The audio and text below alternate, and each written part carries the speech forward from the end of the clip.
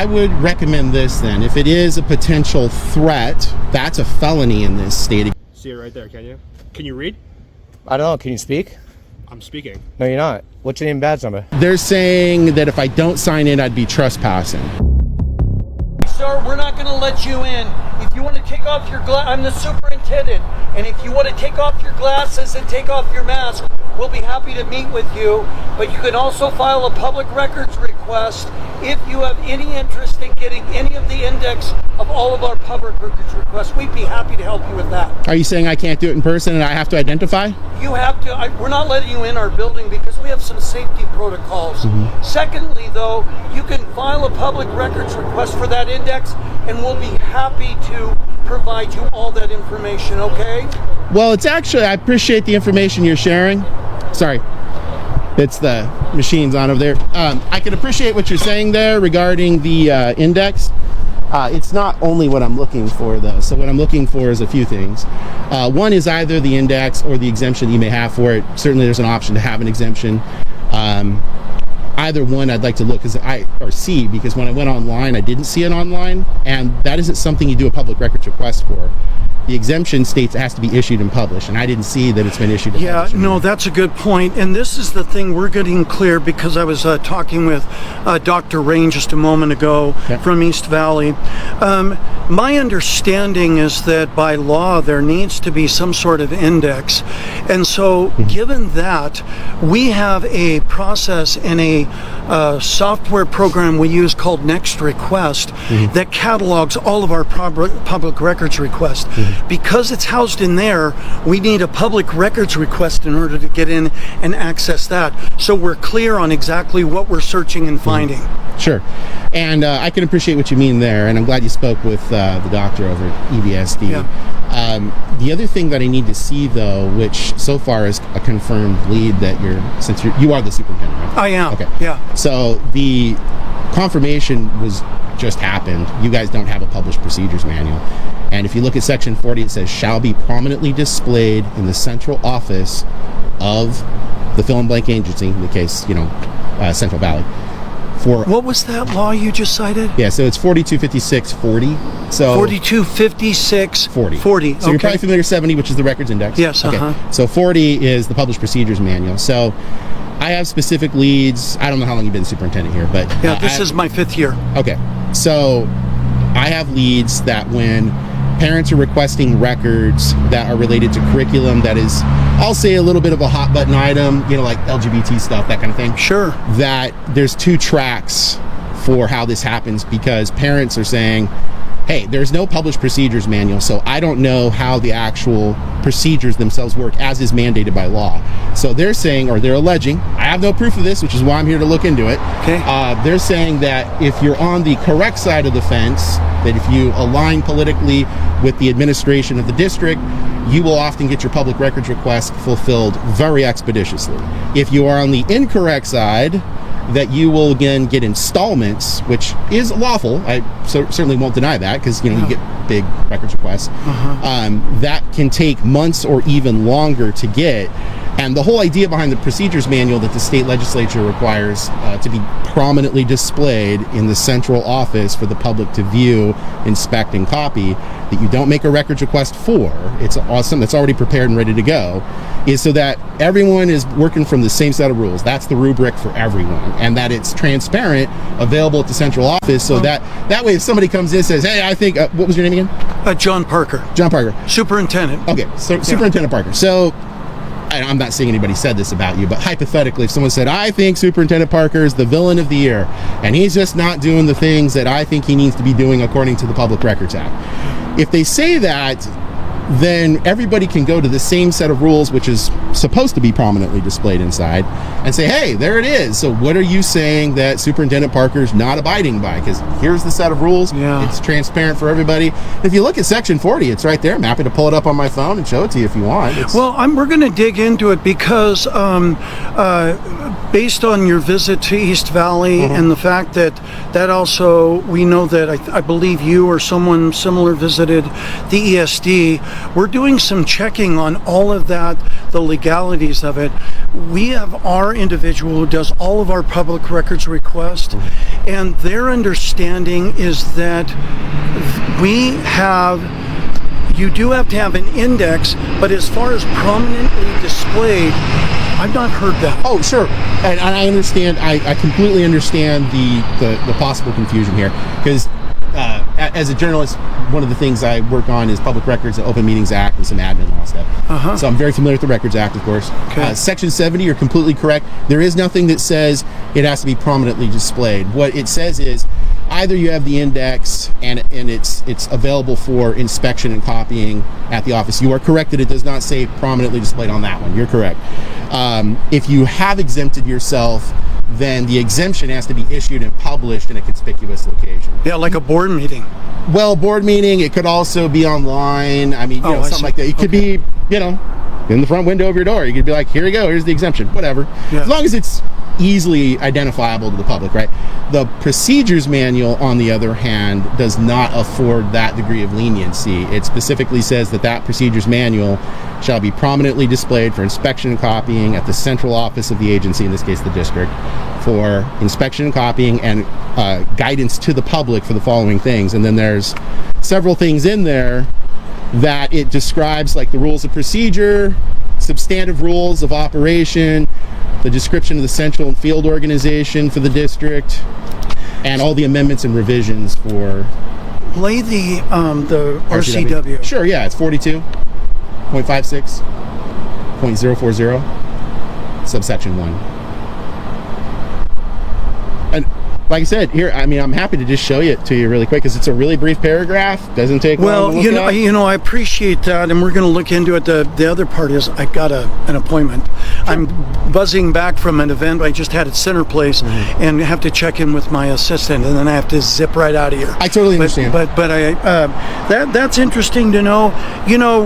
We're all about being in full compliance with whatever the law says on this, and we're constantly in a state where we're fulfilling the records request. We don't have anything. It's just like 40, but section 80, subsection 2. It says that you shall not distinguish among requesters. So if you have to identify, which that says you must identify, you're compelling people that are requesting records to identify, even though state law says you are forbidden from doing that. You mean identify themselves? Yes, you cannot compel that. Sir, certainly you can understand with the number of incidents we've had with safety and shooting, if we can't identify you in our cameras, I'm sorry, I can't, as superintendent in good conscience, even let you into our buildings. You can share all amendments you want.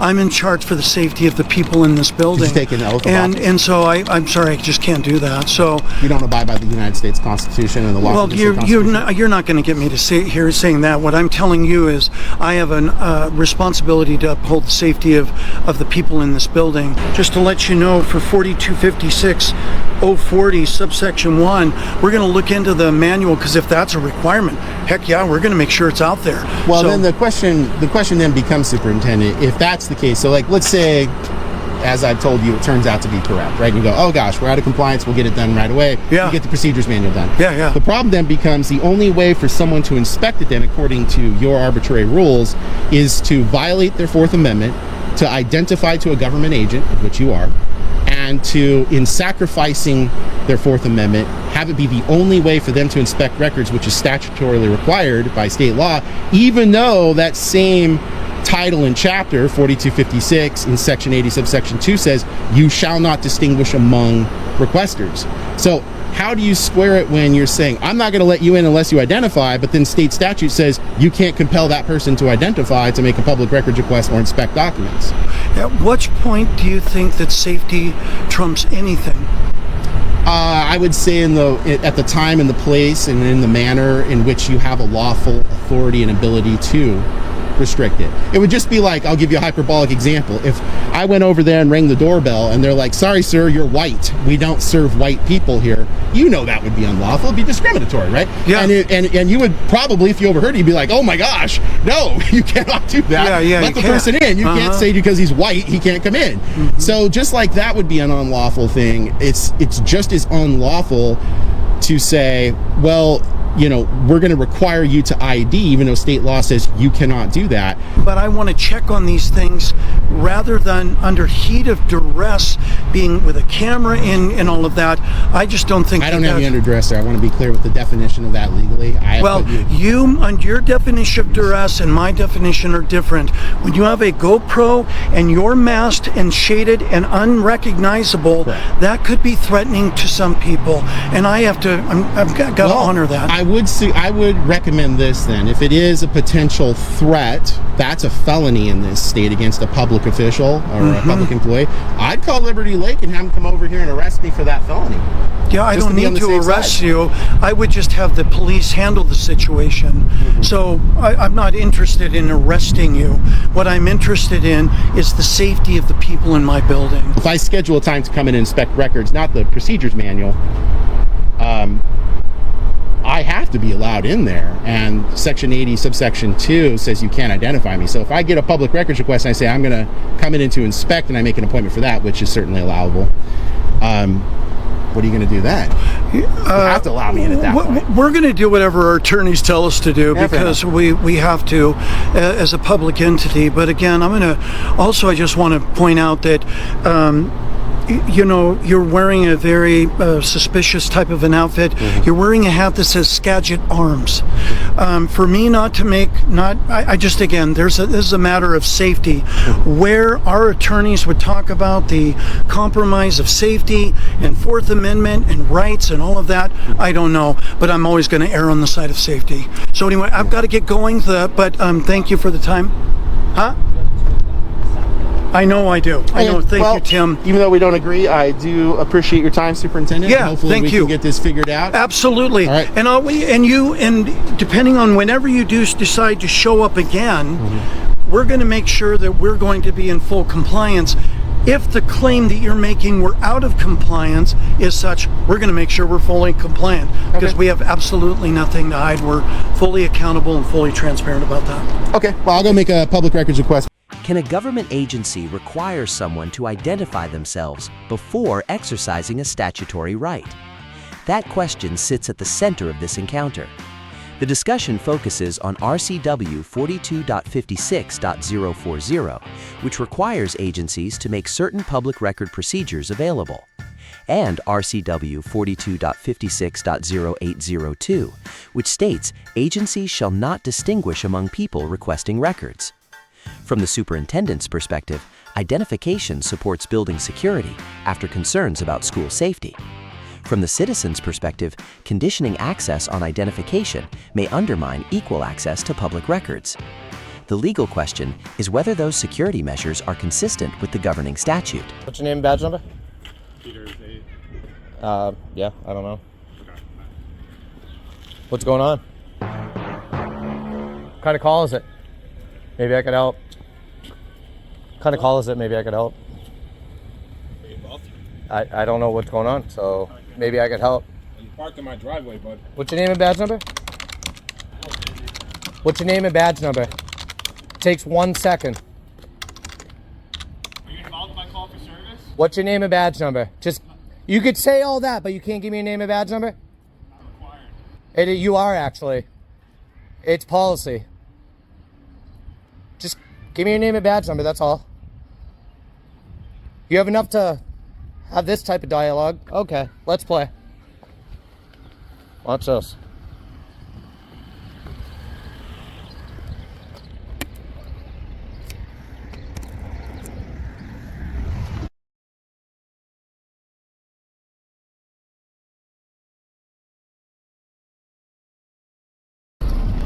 Domestic violence. Shut up. What's your name and badge number? Domestic, huh?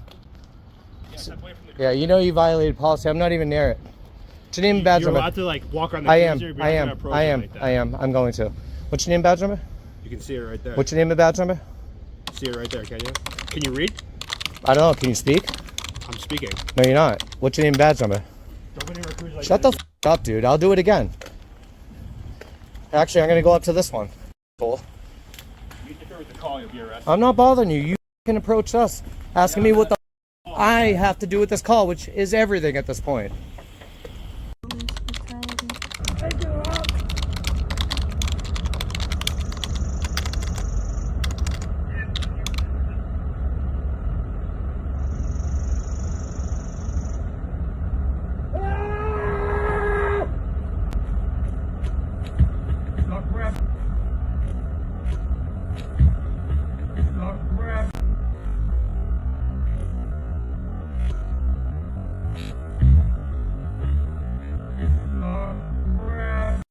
fucking fighting! Stop!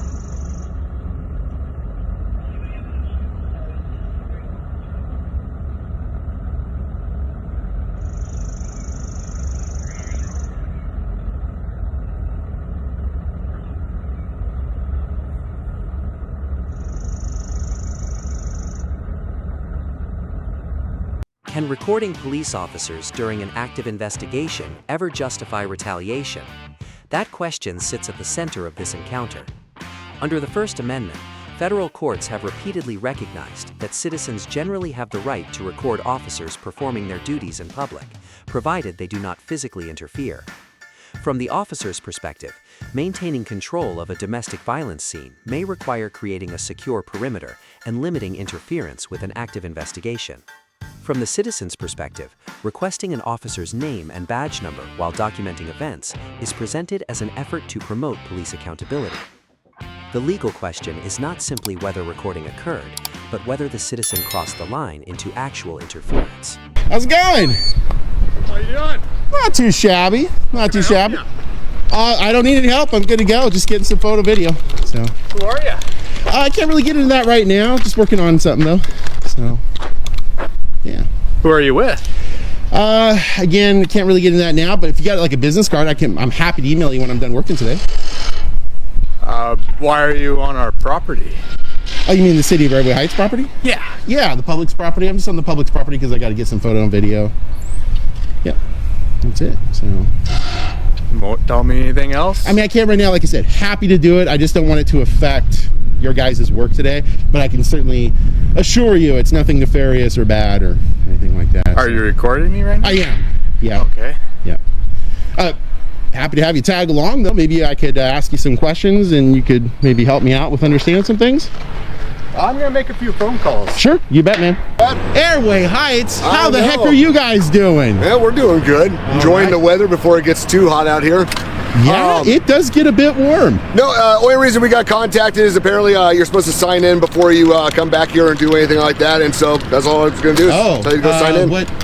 And appreciate the professionalism, by the not way. a problem. What leads, I guess probably you guys, you spoke with them, I'm assuming? Oh, but they contacted us and just said that somebody was, at this point, they call it a trespass because you're not following the protocol. It doesn't sound like they want to kick you off the property or anything like that. They just want you to sign in. Yeah, I just don't want to make material misstatements. And, you know, if I signed in under my pen name, as long as they're good with a pen name, I'm good with it.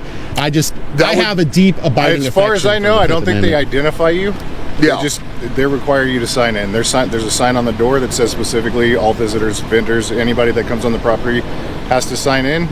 You do that, you do your thing, we go on about our business. Gotcha. Yeah, I guess I'm a little confused though, because I, always look for signs or whatnot. You know, I'm not going to be looking to trespass and all that. When I looked at the gate, well, the sign is on the main door. The main door. Oh yeah, I just walked in through the gate. Yeah. Okay. Yeah. Like I said, I'm not even identifying you. So. Yeah, fair enough. No, but yeah, if you want to walk up there with us, you gotta sign in, and then as far as I know, we're good to go. And they're saying that if I don't sign in, I'd be trespassing. Honestly, all I know is they just said somebody's back here, they didn't sign in, we want everyone to sign in. That's where we're left right now. Gotcha. So as long as you sign in, as far as I know, our job is done. What they want to do after that, that would be up to them whether they want to pursue anything further. But yeah, my concern though, I'm working on an ecology story here regarding possible spill, that kind of thing. Yeah. My concern is that when I go to sign in, they're just going to close the gate, and at that point I wouldn't be able to finish my story. I've been doing journalism long enough to know that's kind of typically how they go, and I get it. They don't want to be embarrassed and humiliated for leaking, but I mean, I don't know if you guys live in Airway Heights yourselves, but if you do, it's an important story to have knowledge about whether or not there is some sort of an issue regarding sewage overflows, hazmat out here issues. when they had that big thing with the Fairchild Pace and all the leaks in there. So no, I got no problem with what exactly, you're doing. And that's the thing for me that I want to make sure that I can actually capture. Now the leads I have are like from a year and a half ago, so I just don't get to this side of the state very often. I'm over on the communist side of the state most of the time. If it would help you out, I'm more than willing to go in there and chat with them. Just make sure you can come back out after you sign Yeah, as long as it's not some, duplicitous thing that they're trying to pull a shenanigan on, because that would be sort of frustrating, I can Like I said, understand that. it's a legit news story, and I want to make sure that I can cover it, because any of you that live in Airway Heights, I mean, if there are spills, hazmat issues, or whatever, you should sure. know. And I mean, I caught one out at Vashon Island and a couple other places where they had some issues, and shocking. I know you'll probably be totally shocked to hear this, but they didn't admit to their crimes. I know, hold on. We never run into that, ever. Never happens, yeah. Well, I appreciate that. I'd be happy to go in then, and like I said, I don't want it to be seen as a material misstatement that I'm going to give my pen name for work to them, so... Nope. Well, let's let him touch base with him. We'll see where we go. Sweet. All right, yeah, well, actually, you're going to go check with him first? Yeah. Is that what you said? Okay, cool. Sure. All right. How you guys doing today? It's good. No. Granted, I was having some nice iced coffee, and then you Dang ruined it. I I had to come over here and start working on an ecology story. That one. I just walked up, so I don't know what's Oh yeah. I like I said, I tend to work on the west side of the state, so when I come this way, I kind of pool up several tips and leads that I get for stories that I'm working on. And I actually 3 years ago started working on ecology stories. Didn't know really anything about it, but that side of the state's like super eco-friendly, right? Oh, yeah. And some people out at Vashon reached out and said, hey, can you go check this out? It's totally crazy, because theirs goes downhill right out to the sea or the sound.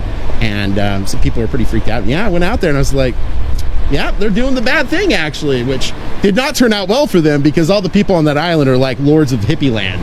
They were not down with that. Well, I can imagine. But it's good to catch that stuff, because, usually don't see... What should happen when a journalist enters publicly owned property to investigate a story? Unlike many First Amendment audit encounters, the responding officers focus on communication rather than enforcement. From the officer's perspective, asking visitors to sign in supports facility safety and operational awareness. From the journalist's perspective, using a pen name protects investigative reporting while still allowing cooperation. Across the 3 videos, the strongest legal issue remains whether government officials impose identification requirements that exceed their lawful authority. Here, the officers earn an A for professionalism and de-escalation, the facility staff receive a B for ultimately cooperating, and the journalist earns an A- for remaining calm while pursuing a matter of public concern.